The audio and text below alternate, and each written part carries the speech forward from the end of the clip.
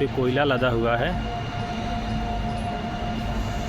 WAG-9 के साथ है एक बुश ट्रेन।